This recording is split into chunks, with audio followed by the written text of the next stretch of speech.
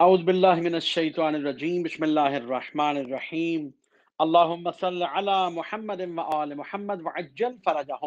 چھٹے تاجدار امامت و ولایت امام جعفر صادق علیہ الصلوۃ والسلام فرماتے ہیں کہ پروردگار عالم نے حضرت آدم علیہ السلام کو وحی فرمائی کہ میں 4 باتوں میں مکمل دانائی تیرے لیے جمع کر دوں گا۔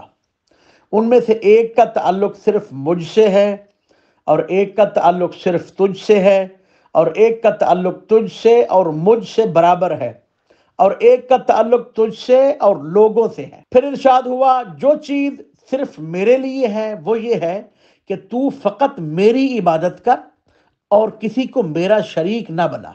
پھر پروردگار نے حضرت آدم علیہ السلام کو فرمایا، جس چیز کا تعلق تجھ سے ہے وہ یہ ہے کہ میں تیرے عمل کی جزا تجھے اس وقت دوں گا جب تجھے اس کی شدید ضرورت ہوگی۔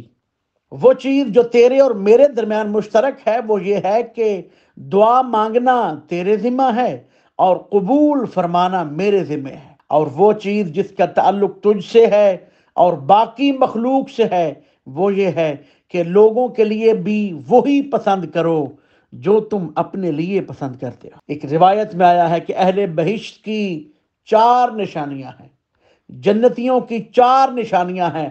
نمبر 1 ہنس مکھ ہوں گے، نمبر 2 نرم زبان والے، نمبر 3 مہربان دل والے، اور نمبر 4 کھلے ہاتھ والے، یعنی سخاوت کرنے والے، راہ خدا میں قربتاً اللہ سخاوت کرنے والے۔